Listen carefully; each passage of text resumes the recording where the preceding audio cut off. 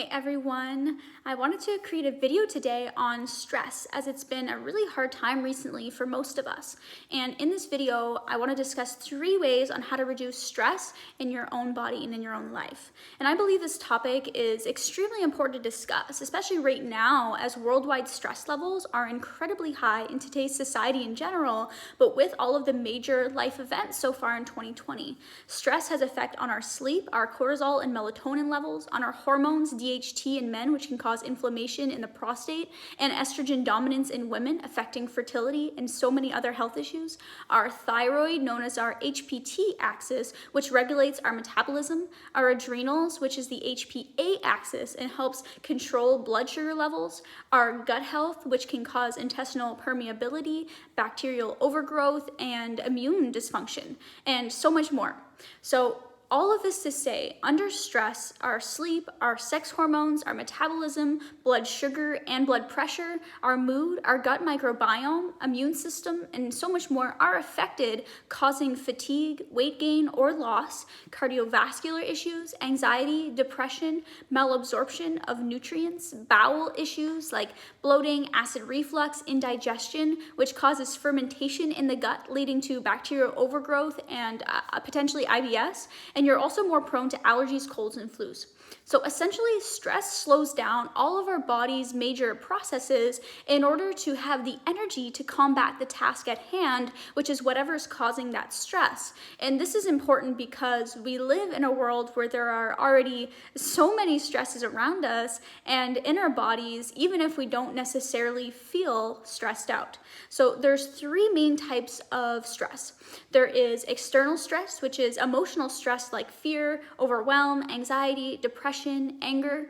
There's second is gastrointestinal stresses like food sensitivities, bacterial overgrowth, parasites, heavy metals, pesticides, GMO foods, artificial sweeteners, antibiotics, and even emotional stresses as it can lead to GI issues, and viruses like Lyme, herpes, and COVID.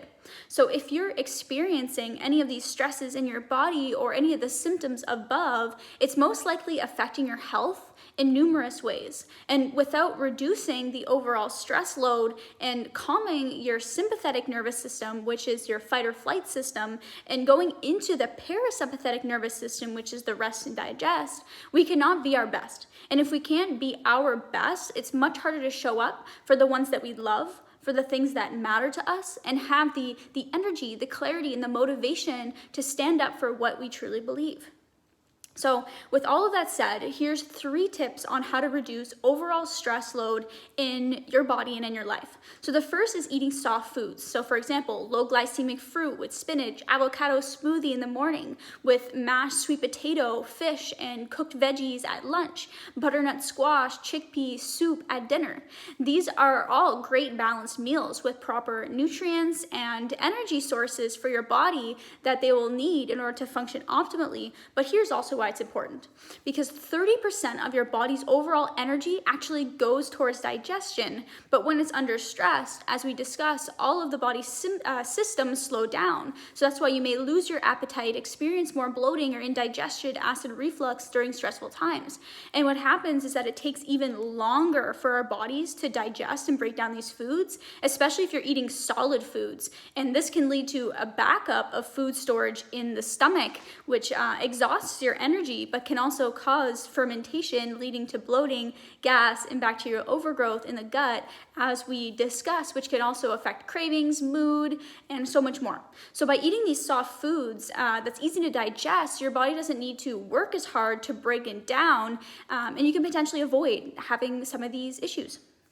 So the second is moving your body, but not too much. So exercise can help boost your mood, improve nutrient uptake, improve your sleep, balance your immune system, boost energy, improve cellular aging, and more. But too much exercise can be taxing on your central nervous system by burning out alkaline minerals like electrolytes, which can cause even more stress on your body, which leads to even more health issues as we reviewed above.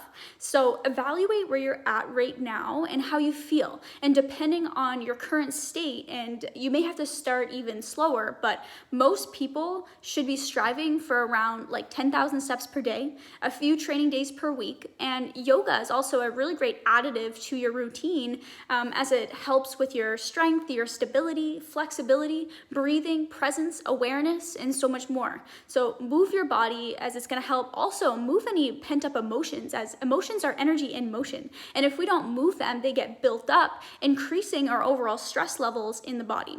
So the third thing is expressing your emotions. And if we do not express how we feel, our emotions will get built up inside, which increases the stress levels, but also takes a major toll on our mental health. And top of that, like emotions, they hold energy, and the lower the emotions, the lower frequency we will radiate. So take the time to ask yourself questions, evaluate how you feel and why, trying to identify the root of these mental stresses so then you can address it. And I enjoy doing this through writing in a journal. Poetry can also be really helpful, talking with a trustworthy friend or close family member. Counselors and therapists may be a good person to have a conversation with during these times, but also having like a mentor or a coach who's able to hold space for you and provide you with some helpful insights. I also encourage you to shift your state. So shifting the anger to gratitude, healing the hurt with compassion, conquering the fears with faith, combating the judgment with curiosity and understanding, and reducing the hate by spreading love. And by shifting these emotions, you'll be vibrating at a higher frequency. Therefore, you'll be attracting more of the things that you truly want to have in your life. So hopefully this was helpful in helping you understand the seriousness of stress in your body and gave you some powerful tools that you can begin implementing in your own life to reduce stress load in your body, in your mind, and get you in that healthier state so you can live the life that you truly want to live. So please leave a comment below if you found this helpful, and also share it with anybody that you believe it could serve. Thank you so much for watching, and I hope you have an amazing day.